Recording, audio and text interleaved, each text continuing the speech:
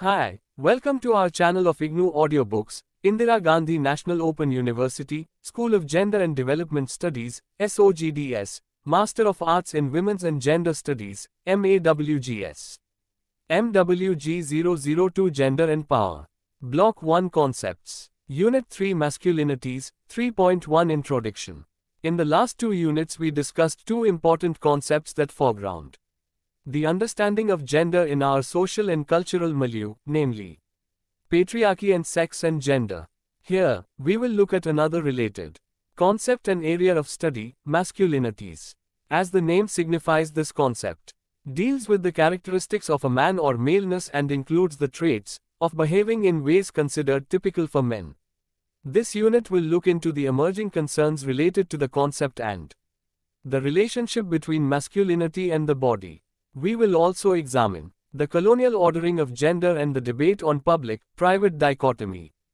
In India, you will be then introduced to the recent trends in scholarship in the area of masculinities, which will help you to understand the current and the future directions of the work being done in this significant area of study. 3.2 Objectives. After studying this unit, you will be able to explain the meaning of the concept of masculinity, describe the emerging concerns that shape the study of masculinity, analyze how masculinity has been seen through ordering of gender, and acquire knowledge about the recent debates on masculinity. 3.3 Background. The tagline of a well-known clothing company has been "The same for decades now, the complete man." But what the men in the advertisement for suiting did to become the complete man has changed over the years is interesting to study. In the late 80s and the early 90s, the complete man was an office goer, a chivalrous companion for his partner, of course, always a woman, who seemed to balance his moments of privacy and work pretty well. Shekhar Kapoor, with his trademark mustache and beard, is very aristocratic but businesslike. Sometime in the early 2000s, the complete man seemed to be someone who could combine the earlier masculine traits with domestic capabilities. He was seen cooking and taking care of his child. And this time he was also clean-shaven. There are at least two issues of interest here. One is the idea of shifting attributes and the other is the constancy, suiting brand. The intention is clear. To be the complete man, you need to wear a suit. Without the suit, one is somehow incomplete. On the other hand, what constitutes completeness, i.e., what should a complete man be doing and how he should look, seems to have changed from the chivalrous bearded hero to a more feminine-looking hero tending to his house and his child. The suit, of course, indicates the fact that he is involved in some kind of professional work or occupation. Let us think of another example. Look up Amitabh Bachchan's super hit film, MWG, directed by Manmohan Desai, 1985. The word MWG is tattooed on the hero's chest while he is still a child. What does the word signify? When it was being tattooed, it definitely indicates what the hero has to become in the future. Not just any man that a male child will grow into, but a particular kind of man like the ideal Amitabh. As the boy grows into Amitabh, we know that he has indeed grown into what he is expected to be. IGNOU 3.1. One of commentators writes about the new man in the ad. Some saw it as an emasculation of the great Indian role model. Others raised toasts to him. Finally, they cheered. Some real flesh and blood, they said. Emotions, a sense of humor and sensitivity rather than just brawn. Even a touch of vulnerability. The dream guy, with no shining armor. A man for the liberated Indian woman. Someone who doesn't see himself with Rambo's body and a James Bond style. The complete man. From Raymond. http neetawriter.wordpress.com/2006/10/25. The legend Raymond Complete Man. What are the characteristics of the new and the old images of men, according to the writer? IGNOU 3.1. One of commentators writes about the new man in the ad. Some saw it as an emasculation of the great Indian role model. Others raised toasts to him. Finally, they cheered. Some real flesh and blood, they said. Emotions, a sense of humor and sensitivity rather than just brawn. Even a touch of vulnerability. The dream guy, with no shining armor. A man for the liberated Indian woman. Someone who doesn't see himself with Rambo's body. And a James Bond style, the complete man. From Raymond. http neetawriter.wordpress.com/2006/10/ 25. The legend Raymond Complete Man. What are the characteristics of the new and the old images of men, according to the writer? But what does this writing signify? Why should it be written? Is it possible that the boy will not become moved? What else could the boy become? Is becoming and not becoming part of how one grows up?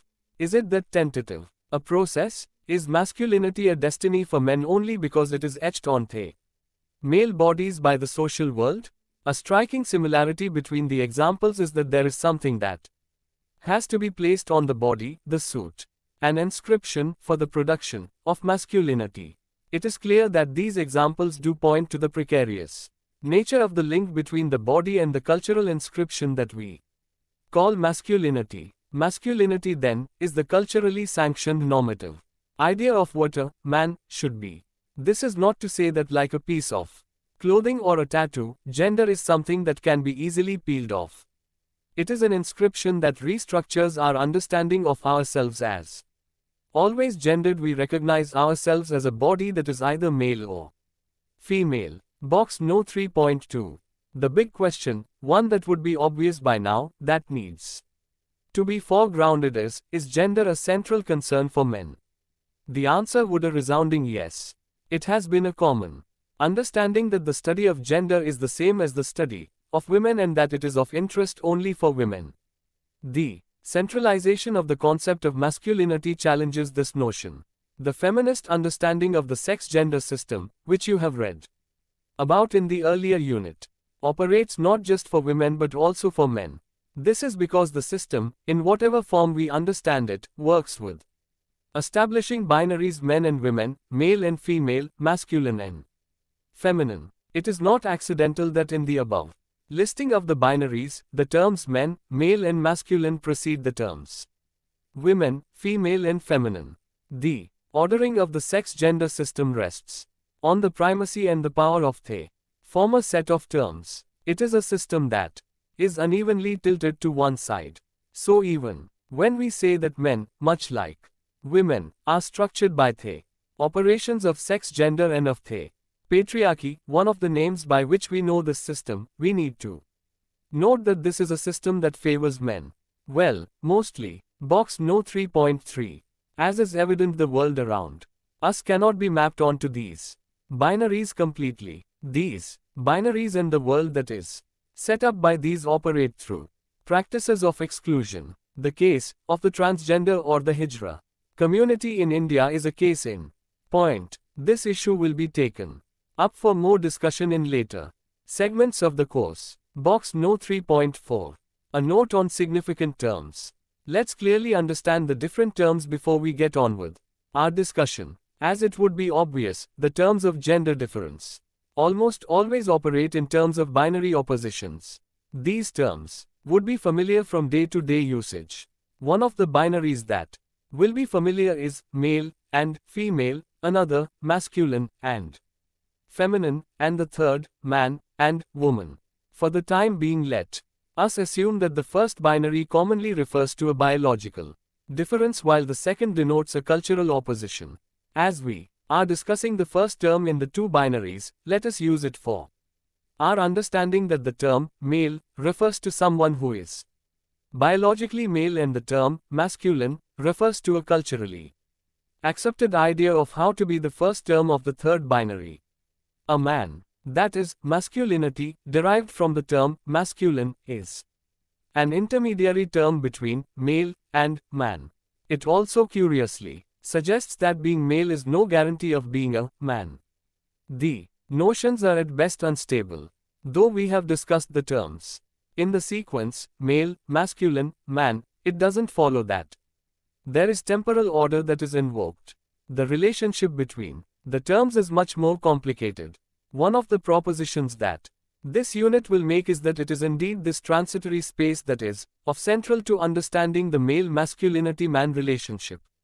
The category masculinity is used in a range of ways in contemporary social sciences. It is common to associate power and violence, as in cases where war is by definition seen as masculine, with masculinity. This kind of an approach assumes that the meaning of masculinity will remain the same universally for all times. Such an idea is untenable because there are variations in the normative ideals of masculinity in different cultures at different times. One of the fallouts of this formulation can be seen in a common enough practice of putting down assertive women by suggesting that they are unfeminine or masculine. The reasoning goes like this: if power and assertion are masculine, women who are powerful and assertive are masculine, and thus lacking in something, i.e., their femininity. Box No 3.5. Masculinity could be understood as a normative domain within which, in a specific historic and social context, bodies, human and other, are deemed to be gendered male. Another influential approach is to assume that the study of masculinity is the same as the study of men.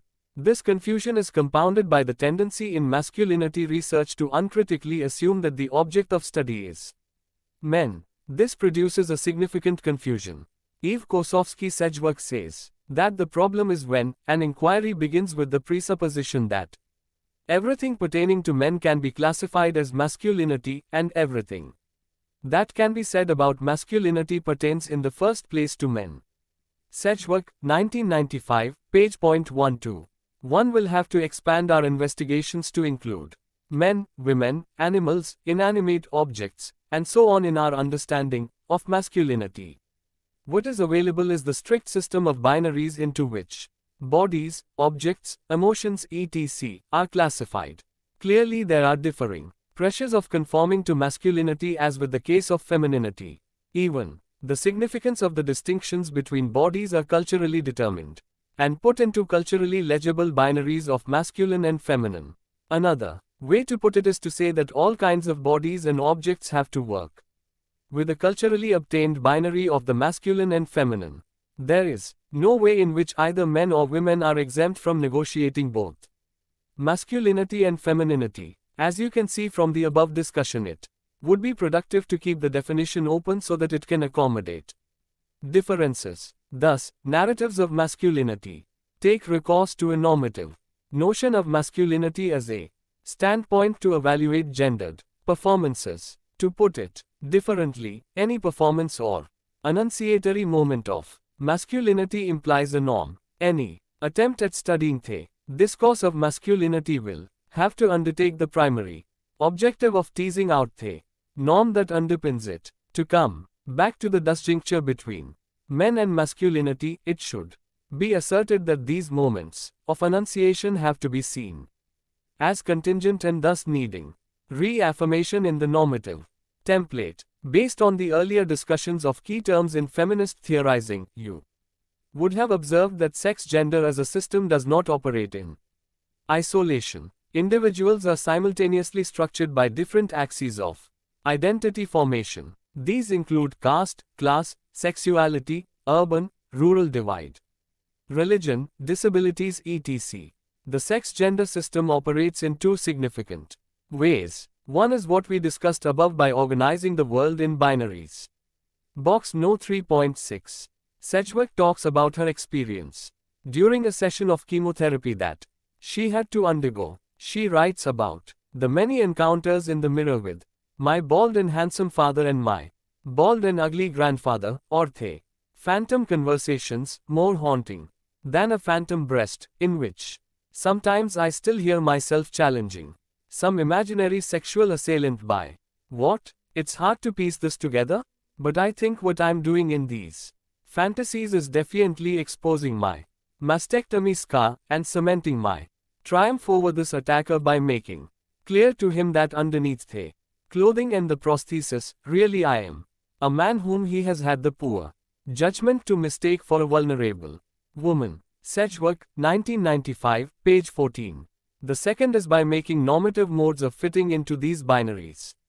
It is here that notions of masculinity and femininity work as normative principles. For someone to be a full-fledged individual in a society, he or she has to fit into these normative ideas. Here is where the ideal man in the advertisement and Amitabh Bachchan come into the picture. Some scholars of masculinity call the normative and non-normative notions of masculinity as hegemonic and non-hegemonic masculinities.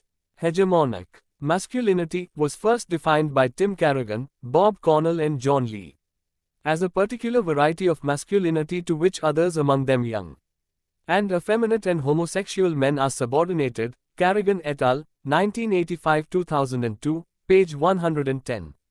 As Harry Broad suggests, non-hegemonic masculinities must always be simultaneously theorized along two axes, the male-female axis of men's power over women within the marginalized grouping, and the male-male axis of non-hegemonic men's relative lack of power vis-a-vis hegemonic men. Broad, 1994, page 89.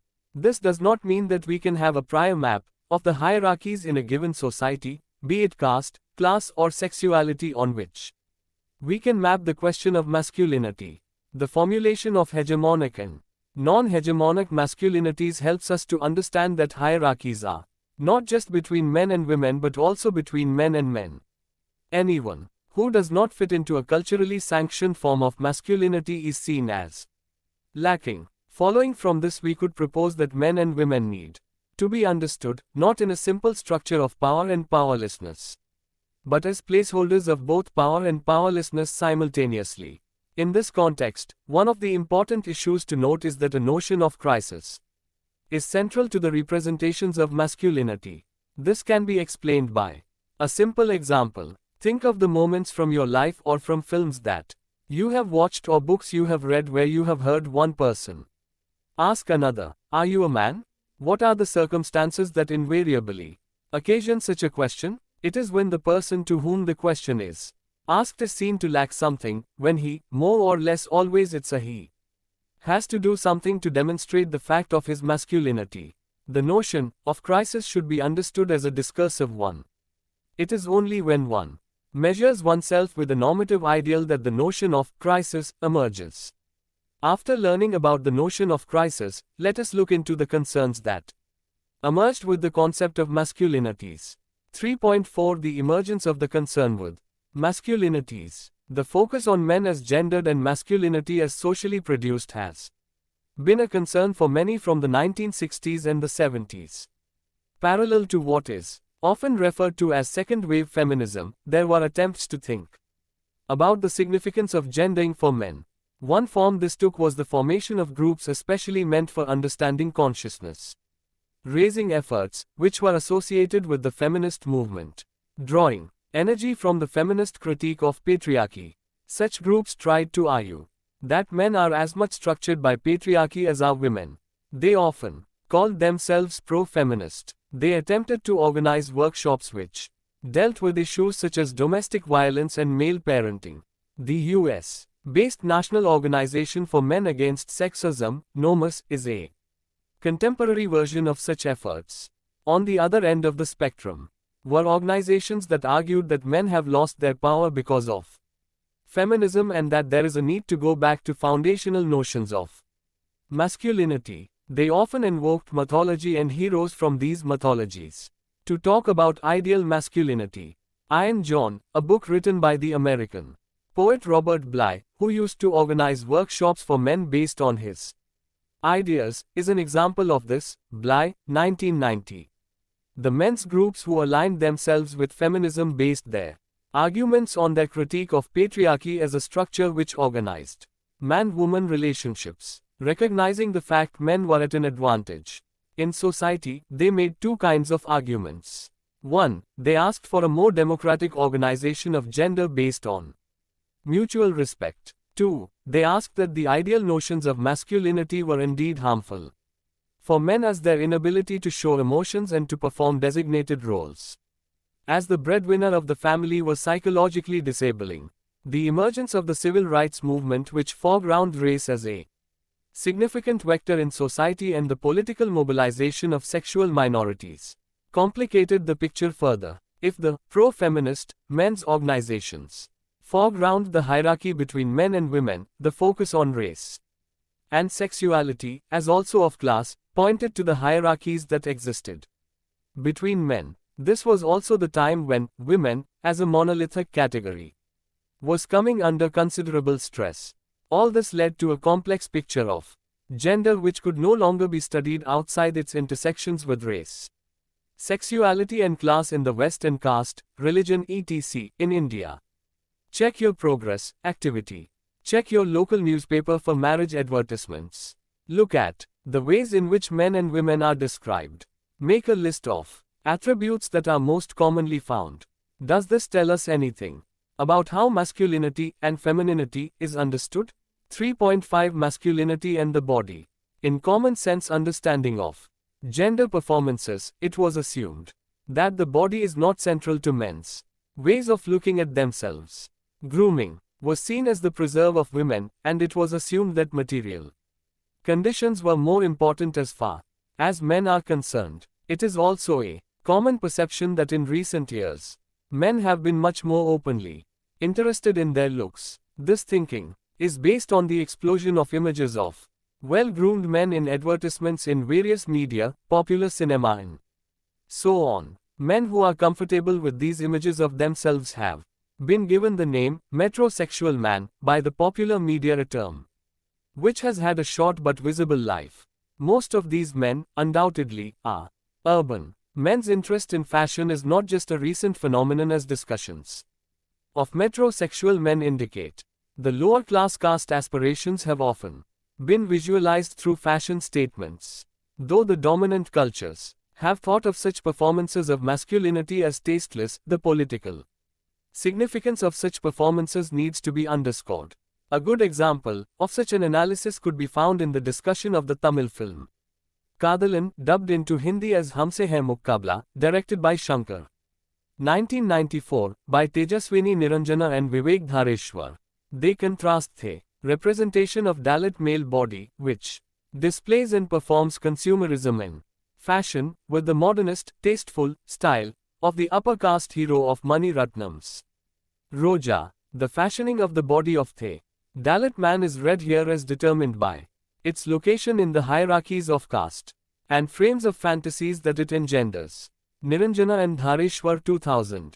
It is an ordering of consumption and of fashion, as legitimate and illegitimate, that makes for the different kinds of visibilities of the body of Prabhu Deva, the hero of Kadalan, and that of the metrosexual man. Activity. Make a list of images that are in the first glance masculine. Make another list of images that are in the first glance feminine. Make a chart of the reasons why something, human being, animal, objects, appeared either masculine or feminine. Write a note about the salience of this distinction and the attributes that you have identified and classified. In many cultures, the muscled and chiseled body is seen as a significant attribute of hegemonic masculinity. The significance of this imagery needs to be underscored, without forgetting the pitfalls of universalist assumptions of hegemony that we discussed earlier. From the wrestler's body to the 6 and 8 packs of Shah Rukh Khan and Amir Khan, respectively, such a representation is common around us. In this way of thinking about ideal forms of masculinity, the visual aspect becomes very central. Judith Halberstam, 1998, argues for the need to delink the assumed relationship between the visual component of masculinity and its relationship with the male body. Discussing images from American literary and film culture, she suggests that the normalized link between masculinity and the male body needs to be challenged. Men and women are often marginalized on the basis of them not conforming to visual frameworks of masculinity and femininity. She further discusses how gender is troubled by the everyday performances of cross-dressing and transgender communities. 3.6 Colonial ordering of gender and the public-private dichotomy in India. One of the earliest works that critically used the concept masculinity in India was by Ashish Nandi, who argued that British colonialism should be understood as the employment of the masculine power over the feminine. Nandi, 1983, page 4 to 11. Nandi argues that the colonial ordering of sexual difference was based on an understanding that Purushatva, manliness, was superior to Naritva, womanliness, which in turn is superior to Klibatva, femininity in men. Nandi, 1983, page 52. Gandhi, on the other hand, argues and understood sexual difference as Naritva being superior to Purushatva, which in turn is superior to Kapurusatva, failure of masculinity. Nandi, 1983, page 53. Nandi further argues that, whereas earlier nationalist movements like Tiliksas, who attempted to resurrect Shivaji, tried to articulate indigenous masculinities in opposition to colonial machismo, Gandhi tried to elevate femininity as the foundation for his anti-colonial politics. Nandi's work has been critiqued by many scholars as being essentialist in that it attributes gender to the colonizer and the colonized in a stable and unchanging way, and by positing a binary of masculine, feminine to represent another problematic binary of West, East. Taking issue with Nandi's position, Mrinalini Sinha argues that it is indeed a fact that colonialism operated by continuously negotiating notions of masculinity, but that it would be fallacious to think of these notions as fixed. Sinha, 1995. The attempt to theorize masculinity as a site for political negotiations helps Sinha present topography of masculinity, which by definition cannot be thought of as singular.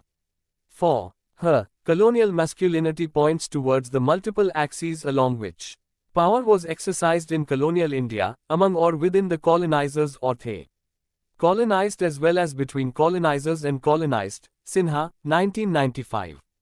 Another contribution of Sinha's work is the idea that masculinities are not fixed, rather they need to be asserted and performed again and again. She takes up some of the key controversies in colonial India during the last decades of the 19th century, such as the debates around the age of consent bill, to argue that notions of masculinity governed colonial relationships in India. She provides a historical map textured with the history of first-wave feminism and the discussion on homosexuality in Britain, by suggesting that the figures of the manly Englishman and the effeminate Babu were thus constituted in relation to colonial Indian society as well as to some of the following aspects of late 19th century British society: the emergence of the new woman, the remaking of the working class, the legacy of internal colonialism, and the anti-feminist backlash of the 1880s and 1890s. Sinha, 1995, page 2. The culturalist formulation, Allah Nandi, has been forwarded for the study of masculinity outside the colonial period. These works set out to discuss male subjectivities and end up producing grand narratives of Indian masculinity based on sweeping generalizations. For instance, amidst easy slippages from Indian sexuality to Hindu sexuality, Sudhir Kakkar argues that it is in the struggle between lust and celibacy that male subjectivities are formed in India. Kakkar, 1989.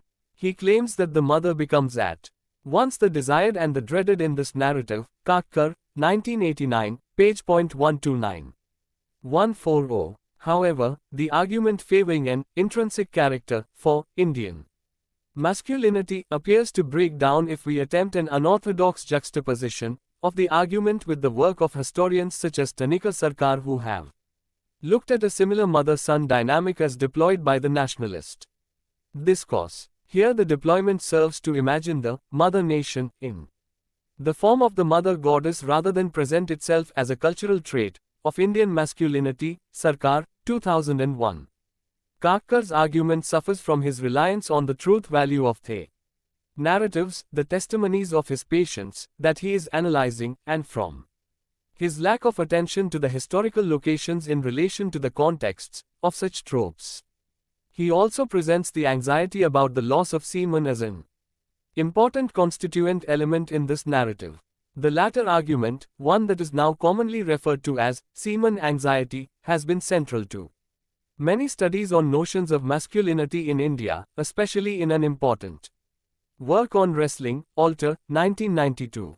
The explanatory frameworks that are employed in these writings seem to be based on a misplaced belief in the central role played by Hinduism in shaping male subjectivities in India. These works, in attempting to explain a cultural construct with more or less essentialist ideas about Indian culture and psyche, miss out on the complexity of everyday structures of gendered performances that exist outside of, and at times even untouched by, nationalist or culturalist discourses. The earliest writings on masculinity in the context of India were within the discipline of history. Works on modern history have effectively suggested ways in which notions of masculinity, and indeed, femininity, were important nodes for the organization of power in the colonial context. One of the most significant of these is the work of Partha Chatterjee, who has argued that the disappearance of the women's question in the mid-19th century was caused by a discursive organizing in the nationalist framework of the public and the private as masculine and feminine domains, respectively. Chatterjee, 1989. He further argues that the separation of spatial domains was affected by constructing a series of binaries such as material, spiritual, or cultural, world, home etc. to populate the binary between the masculine and feminine domains. This allowed the nationalists to argue for spiritual, cultural superiority while conceding the fact of material inferiority with the West. In focusing on how certain notions of womanhood came to be understood as the ideal in the colonial context, Chatterjee points to a crucial connection significant to our understanding of the discourse of masculinity. This connection gets established in the colonial period in the context of Bengal. In Sinha's work, which we read above, squarely places masculinity as a trope that gets linked to colonial administration. A number of historical studies such as one on hunting in colonial South India, Pandeen, 1996, have taken as given the connection between masculine and public. Check your progress, activity. See Anand Patwardhan's film Father, Son and Holy War and Right. A note about how he tracks the deployment of masculinity in the Hindutva rhetoric. Also note how the notion of a crisis in masculinity is constantly invoked. Write a note about this discourse of masculinity in conjuncture with the two images that was discussed above. In this regard, Charu Gupta's work on the history of Hindu militancy in colonial Uttar Pradesh needs special mention. She presents a rich archive of pamphlets, news reports, and popular literature of the time, which demonstrate how the Hindu revivalist discourse of the period negotiated their position of power vis-a-vis the Muslim through gendered metaphors. Gupta, 2001. In a similar vein, the studies on present-day communal conflicts help us think through the link between masculinity and the public domain. Though Chatterjee's distinction between private and public derives from the history of Bengal, the discourse of gender that he has identified seems to have had resonance in other parts of the country, although with some important variations. The reform period in Kerala in the early years of the 20th century was a moment of engendering, when a certain set of qualities were represented as masculine and feminine. Devaka, 2007. The discourses of social reform which concentrated on community formation through caste and community organizations and on uplifting themselves through modern education, engagement with new economic systems and raising the status of women, inadvertently established the normative roles for men and women in Kerala. Devaka's work brings out an element of performance in the notion of the masculine, public and the feminine, private by complicating spatial metaphors. She argues that it was possible for a woman to be in the public but necessarily as a private being by adhering to certain norms and through participating in certain activities that were deemed feminine. It is in this historical juncture that our present-day understanding of gender seems to have materialized. If we take up any number contemporary instances for analysis, we can see that the popular discourse on gender is founded on this colonial logic. It needs to be noted that the distinction between the private and the public is central to the ordering of gender to the extent that this public-private dichotomy and the men-women binary are constitutive of each other. Women in the public are a threat to the social order, unless like these days when domestic economy forces some amount of leniency in the matter, as is the case with men in the private. In the last unit of this block you will read in greater detail about the public-private dichotomy. Before concluding this unit, let us briefly look at directions taken by some recent scholarship. 3.7 Recent scholarship on masculinity in India. Masculinity has become a central area of concern for researchers in India in the last decade. Unlike the earlier work that was historical in nature, recent research seems to favor the disciplines of anthropology and sociology. These studies are mostly ethnographic in nature and attempt to shed light on aspects of masculinity that have hitherto received scant attention. Most of these works centralize the experiences of men as gendered beings and talk about the nature of the intersection of power and powerlessness in their everyday lives. Sanjay Srivastav's research on working class masculinities in urban India is significant in this regard. He looks at the specific modes by which sexuality is negotiated in the metropolis in the context of consumption practices, with examples from pornography and popular magazines and institutions like sex clinics. Srivastav 2004-2007. Other significant works in the area of men and masculinities are those of Filippo Oseller and Caroline Oseller on the practices of masculinity in Kerala. Oseller and Oseller, 2006, Deepak Mehta on communal conflicts, archives, and masculinity and on the body, ritual and masculinity, Mehta, 2000, and Radhika Chopra on supportive practices among men, Chopra, 2003.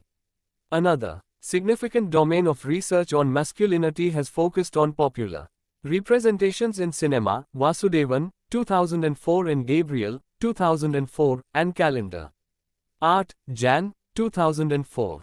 T. Muralidharan's work on homosociality in the films of the Malayalam star Mohanlal, Muralidharan, 2001, and his subsequent work on the subversive play of homoerotic desire in Malayalam films.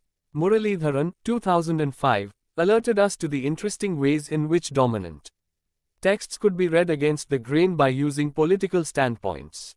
His work suggests that popular culture is often laden with material for analysis of marginal masculinities and marginal desires. A series of seminars under the title, Exploring Masculinities, South Asian Traveling Seminar, were organized by the documentary filmmaker Rahul Roy for Akar, New Delhi, and supported by UNIFEM. The seminars were held in a number of locations in Sri Lanka, Nepal and Bangladesh.